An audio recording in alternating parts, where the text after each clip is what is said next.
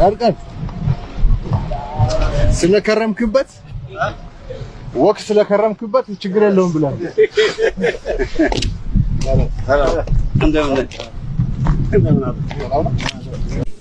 ከዘለቄታው አንፃር ምንም እንኳን በአሰብ መጠቀም እኛን ምናልባትም የኤርትራን ያህል የሚጠቅመን ነገር ቢሆንም አሁን ካለንበት ተጨባጭ ሁኔታ አንፃር በአሰብ ወደ መጠቀም ከኛ ይልቅ ይበልጥ ኤርትራን መንግስት ይጠቅማል የሚል ድምዳሜ ላይ ነው የደረሰው።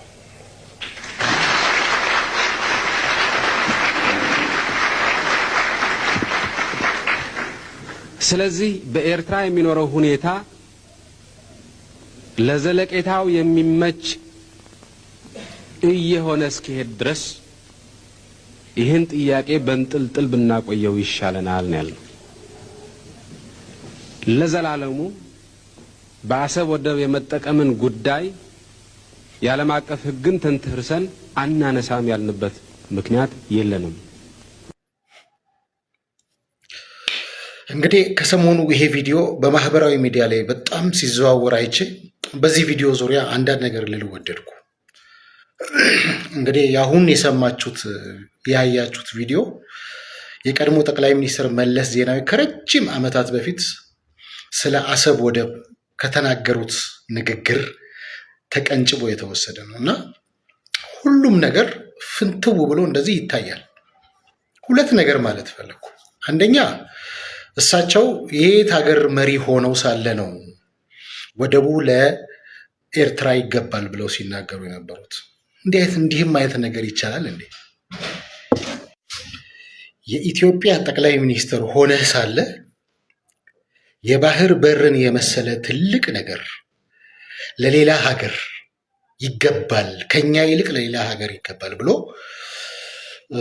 መናገር ትክክለኛነቱ የቱ ጋር እንደሆነ ለእኔ ግልጽ አይደለም እና በጣም ነው የሚደንቀው ይሄ ቪዲዮ። እውነት ኢትዮጵያ ምን አይነት ሰው፣ እኔ ሙት ወቃሽ ሆኜ አይደለም፣ ትክክል ነው። እኔ በግሌ የቀድሞ ጠቅላይ ሚኒስትር መለስ ዜናዊ የማደንቅባቸው ጥሩ ሰሩ ብዬ የማመሰግንባቸው ቦታዎች አሉ። በዛ ልክ ደግሞ ሀገራችንን ዋጋ ያስከፈሉ ነገርም ሰርተዋል። ይሄንን ምንም የሚካድ ነገር አይደለም። ያ ሀገራችንን ዋጋ ካስከፈሉ ውሳኔዎቻቸው፣ ስራዎቻቸው መካከል አንዱ ይሄ ነው ብዬ አስባለሁ እና የባህር በርን የመሰለ ነገር ከኛ ይልቅ ለነሱ ከኢትዮጵያ ይልቅ ለኤርትራ ይገባል ብለው የተናገሩበት ነገር ለእኔ ግልጽ አይደለም። በቃ ኢትዮጵያ የተቀበረችበት አንዱ ዕለት ይሄ ነው ብዬ ነው የማስበው።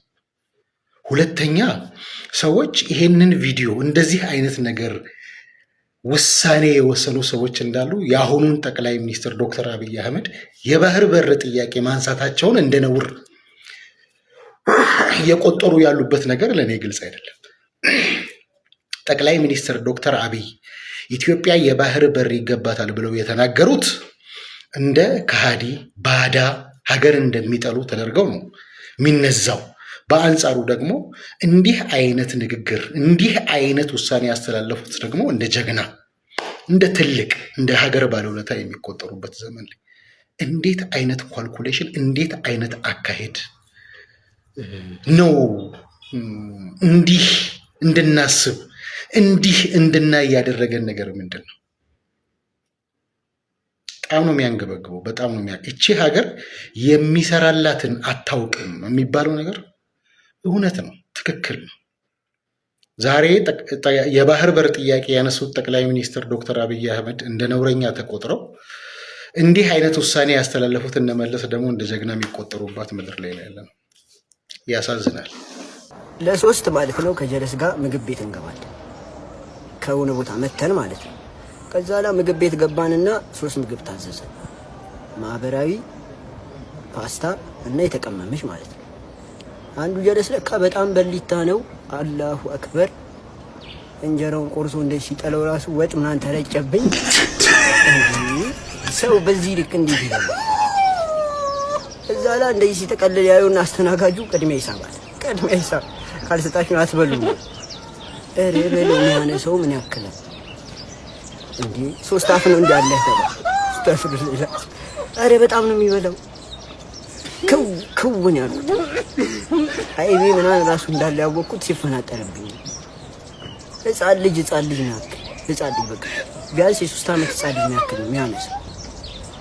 እዛ እያለች ምን ይሏል እግርህ ላይ ቁሽባ እንዳያደርግ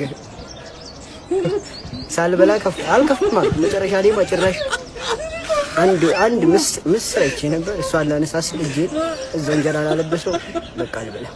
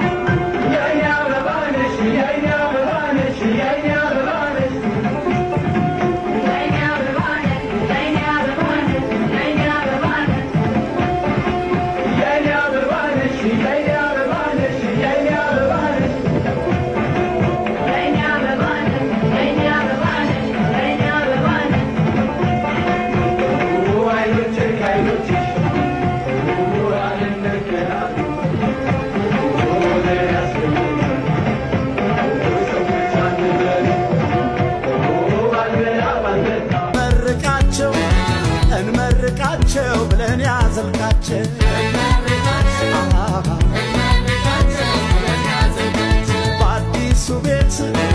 በአዲሱ ቤት ልጅ ፈንጭበት። ለዝነኛው የማራቶን ጀግና የሚከተለውን ንጉሳዊ ቃል ተናገሩ። በዚህ አሁን ባደረከው እሽቅድድም ለሞላው ለሀገራችን ክብር ሲሰጥ ባንተ ያደረው እግዚአብሔር ታመህ እንኳን ተቀደሰው በጤንነቱም ቢሆን የሚያቅተውን የሱ ቸርነት ግን ባንተ አድሮ ለሀገራችንም ስም ሰጠ። ላንተም ማንም የማይሽረው ስም ነው ያገኘው። በዚህ እከሌ ረዳኝ፣ እከሌ ጉልበት ሆነኝ፣ እከሌ አስተማረኝ የምትለው ሁሉ ምክንያት ነው እንጂ ጉልበቱ የሚመነጨው ከእግዚአብሔር ብቻ ላይ ነው። ግን ለዚህ እርዳታም ላደረጉትና ለሰሩት ሲስካን በጣም የሚመሰገኑ ናቸው።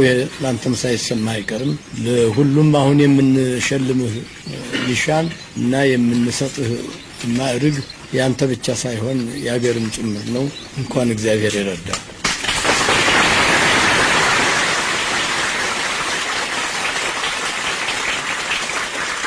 አንድ ሰው ሰርቶ ማለት አንድ ነገር ለማግኘት ስለሆነ በጥሩ ማለት ስራዬ ግርማዊ ቀዳማዊ ኃይለ ሥላሴ መልካም ፈቃዳቸው ሆኖ ማለት ይሄንን ማረግ እድገት ሲሰጡኝ ደስታዬ ከልክ ያለፈ ነው። በእውነቱ መቼስ ባለፈው ጊዜ ሮም ተመልሰን ስንመጣ ሲቀበሉን በጣም ድንቅ ነው የመጀመሪያ ስለሆነ። በሁለተኛው ጊዜ አሁን ሲደገም 100% የሮምን አቀባበል የሚያሸንፍ መሆኑ በዚህ አይነት አቀባበል የሆነ እንደሆነ እንኳንስ 42 ኪሎ ሜትር ከ195 ሜትር ይቅርና 100 ኪሎ ሜትር ከ195 ሜትር ቢሮጥም ቅር አሰኝም። ይሄውም ማለት ይህ አቀባበል የደከመውን ሰውዬ ሞራሉን የሚቀሰቅስ እኔም እንዲህ ሆኜ ለወደፊቱ ይቀበለኛል ብሎ ሌላው ስፖርተኛ በኃይል የሚወዳደርበት አቀባበል መሆኑ ሳይዘነ ዳኛቸው ማለት እድሜ ልኩን በመተቸት በመቃረን ሐሳብ በማመንጨት በመጠየቅ የራሱን ስራ እስኪሰዋ ድረስ ተጋድሎ ያደረገ ከቤተሰብ እስኪቃረን ድረስ ተጋድሎ ያደረገ የረጅም ዘመን የበቃ ምሁር ነው። ዘሪሁን በኢህአዴግ በመጀመሪያ ወራት ከዩኒቨርሲቲው ከተባረሩ ምሁራን መካከል አንዱ ነው። በዚሁ ስራው ኢህአዴግ ውስጥም ደጋፊ ተቺ ነበር። በእኛ ጊዜም ተቺ ነበር። ለመተቸት ሐሳብ ለመመንዘር ችግር ያለባቸው ሰዎች አይደሉም። የጌታቸው መናገር አያስፈልግም ብዬ ከነዚህ ሰዎች የተሻለ የደረጃ ሐሳብ ይዞ በኢትዮጵያ ናሽናል ኢንትረስት ላይ የሚታገል ብዙ ሰው አላየውም። ለሁላችንም ኢትዮጵያ ትበቃለች። የምንደመረው በአንድ ጭንቅላት ለማሰብ አይደለም፣ ስለ አንድ ሀገር ለማሰብ ነው። የምንደመረው በአንድ አዳራሽ ተወያይተን በዚያው አዳራሽ ሐሳብ ለመቋጨት ብቻ አይደለም። ከአዳራሽ ውጪ የሚንሸራሸሩ ሐሳቦች ካሉ ለማድመጥ ዝግጁ በመሆን ጭምር ነው። ጠቅላይ ሚኒስትሩ እኔ በጠቅላይ ሚኒስትሩ ላይ ጥያቄ የለኝም። ብዙ ሰው አንዳንድ በተለይ በሚዲያ አካባቢ ያሉ በሶሻል ሚዲያ አካባቢ ያሉት በጠቅላይ ሚኒስትሩ ላይ ጥያቄ እንዲነሳ ከባድ የሆነ ካምፔን እያደረጉ ነው። እኔ በኩል ጥያቄ የለኝም። አንደኛ ጠቅላይ ሚኒስትር አብይ አህመድ ለሀገራቸው ያላቸው ፍቅር ዝም ብሎ ይሄ ለማስመሰል ያለ አይደለም። ከልባቸው ሀገራቸውን የሚወዱ ሰው ናቸው። እኔ በራሴ በኩል ለማጣራት ሞክሬያለሁ። ይሄ ሰው የባክግራውንድ ምን ነው ኢህአዴግ ውስጥ በነበሩ ጊዜ ሁሉ ከባድ ሪስክ እየወሰዱ ሲታገሉ የነበሩ ሰዎች ናቸው። ሰው ናቸው። እሳቸው ብቻ ሳይሆን ሌሎቹም እንደውም እንደኛ ተሰደው ሁሉ ነበር። ሊገሏቸው ሁሉ ነበር። ይሄ ያልወጣ ታሪክ ነው። በርግጥ ሊገሏቸው መለስ ዜናዊ ራሱ ሊያስገድላቸው ብለው ከሀገር ወጥተው አሜሪካን ሀገር ሁሉ መኖር ጀምረው ነበር። ቤተሰቦቻቸው 7 ዓመት ነው አሜሪካን ሀገር እንዲኖር ያደርጉ። ለምን ባለቤታቸውን ሁሉ ከፍተኛ የሆነ ማስፈራሪያ እየገጠማቸው እንደዚሁ ለህይወታቸው አስጊ ስለሆነ ወስደው ዴንቨር ኮሎራዶ እንዲኖሩ ነበር ያደረጉት። ዴንቨር ኮሎራዶ ሲኖሩ ከዚህ በፊት አዳዋይ የተናገሩት ነገርና ትክክለኛነቱን ያረጋገጥኩት ነገር አለ። ይኖሩ የነበሩት ሴክሽን 8 ነው። ሴክሽን 8 ማለት ምንም ገቢ ሳይኖርህ መንግስት ጎማ ያደርግልህ የምትኖርበት ቤት ማለት ነው። ሴክሽን 8 ይባላል በአሜሪካን ሀገር። ይሄ ሰውዬ ልጆቹን ሴክሽን 8 እንዲኖሩ አድርጎ ውስጥ ሆኖ ሲታገል የነበረን ሰው በዚህ ደረጃ ጥያቄ ላነሳበት አልችልም። ከኔ በከፋ ሁኔታ ነበር ማለት ነው። እኔ ሴክሽን 8 ላይ ሆኜ አላውቅም ለምሳሌ። እሳቸው ግን ምንም ገንዘብ ስለሌላቸው በወቅቱም ደግሞ የመንግስት ተቀጣሪ ነበሩ። ከመንግስት ስራቸው ሁሉ ተባረው ነበር። ኢንሳ አሁን በኢንሳ በነበሩ ጊዜ አንዳንዶች እንደሚሉት ሳይሆን ኢንሳ ውስጥ ከፍተኛ ትግል አድርገው እንደውም ጃም ማድረግ የለብንም ይሄ የሳተላይት ቴሌቪዥኑንም ሬዲዮኖችም ጃም ለምን እናደርጋለን ብለው እነመለስን ቻሌንጅ አድርገው ከፍተኛ የሆነ ክትትል ብቻ ሳይሆን ከስራቸው ሁሉ እንዲባረሩ የተደረጉ ሰው ናቸው። እና እነዚህ ሰዎች ታጋዮች ከኛም የተሻለ ታጋዮች ነበሩ ብሎ ማሰብ ጥሩ ነገር ይመስለኛል። ምክንያቱም ሪከርዱ እውነታው ያ ስለሆነ ማለት ነው። እና የተጀመረውም ለውጥ ውስጥ ትግል ተደርጎ ነው እንጂ በአጋጣሚ በሎተሪ የመጣ ነገር አይደለም። ብቃት ያለው ሊደር ነው አሁን ኢትዮጵያን እየመራት ያለው በኔ እይታ። ብዙዎቹም ሊቀበሉት የሚገባው ሀቅ መሆኑን እኔ አምናለሁ። ለምን እስካሁን ድረስ ወደድንም ጠላንም በኢትዮጵያ ታሪክ ውስጥ እንዲህ አይነት መሪ አይተናናቅም። ለህዝብ ቅርብ የሆነ መሪ ማለት ነው። የትኛው መሪ ነው ህዝብ እየሄደ ጉዳቱንም ምኑንም ሀሳቡንም ሼር የሚያደርግ? የትኛው መሪ ነው ቤተ መንግስቱ ለህዝብ መመለስ አለበት፣ ክፍት መሆን አለበት፣ እኛ እንደውም ትናንሽ ቢሮዎች ነው የሚያስፈልጉን ብሎ እንደዚህ ቅድም ያልኩት አይነት ትልቅ ፕሮጀክት የጀመረ የለም። እየታረመ ሊሄድ የሚችል ችግር ነው አሁን ከፊታችን ያለው እንጂ አንዳንዶች እንደሚሉት ሰማይና ምድር የሚናድበት ጊዜ ላይ አይደለንም ያለ ነው። መደመር መጽሐፍ የመጀመሪያውን አንብቤያለሁ። የመጀመሪያውን ሳነበው አቃቂር ለማውጣት ያነበብኩት ስለሆነ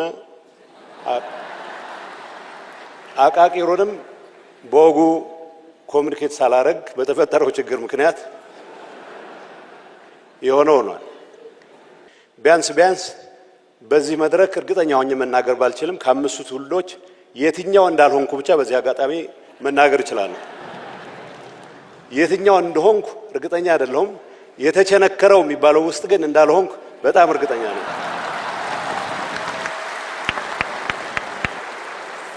በእኔ በኩል ዛሬ የኤርትራውንም ወንበዴ አንበል ሆነ የትግሬውን ወይም ሌላውን በኢትዮጵያ አንድነት እስከታመነ ድረስ ወንበሬን ለመስጠት ዝግጁ ነኝ። ገዳይ በልጅነቱ ዶቃ ሳይወጣ ታንገቱ ጃገ ጃገማቸው እንደገጠማ መፈጃቸው አባት ከናቱ ጋላ በረዥም መውደር የሚያንጠራራ ጃኑ እኔ ፉከራ አላውቅም አልኳቸው። ምን ቀረህና አሉት።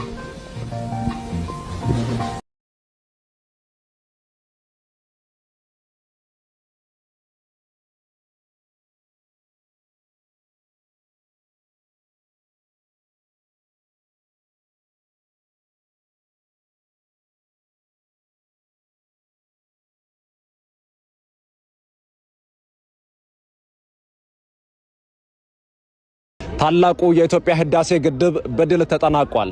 ኢትዮጵያ ዛሬም ቢሆን ታሪክ የሚሰራ ጽኑ ትውልድ እንዳላት እንኳን በወዳጆቿ በጠላቶቿ ማስመስከራለች። እናቶቻችን የዛሬውን ቀን አሻግሮ በማየት ከወገባቸው መቀነታቸውን ፈተው ተማሪዎች ከዕለት ጉርሳቸው ከፍለው ያዋጡለት የአባይ ግድብ አሁን የሚጨበት ተስፋ ሆኗል። በጥልቅ ሀገራዊ ስሜትና የአንድነት መንፈስ ግንባታው የተጀመረው ታላቁ የኢትዮጵያ ህዳሴ ግድብ የእውነተኛ ኢትዮጵያዊነት በብዙ የተፈተነበት የደሙንና የላቡን ጠብታ የተከፈለበት ማንኛውም ፈተና መውጫ በር እንዳለው ያስመሰከረ ተግባር ነው። ግድቡ ይሁን እንዲሆን መላው ኢትዮጵያዊ የተሳተፈ ሲሆን በብቁ የአመራር ጥበብ እየተመራ ይህንን ስኬት እንድናይ ላደረጉ መሪዎች ምስጋና ይገባቸዋል። እናንተም የተሰማችሁን ደስታ ኮሜንት ላይ እየጻፋችሁ ይህንን ቪዲዮ ሼር እና ኮፒ ሊንክ ሪፖስት ማድረጋችሁን እንዳትረሱ።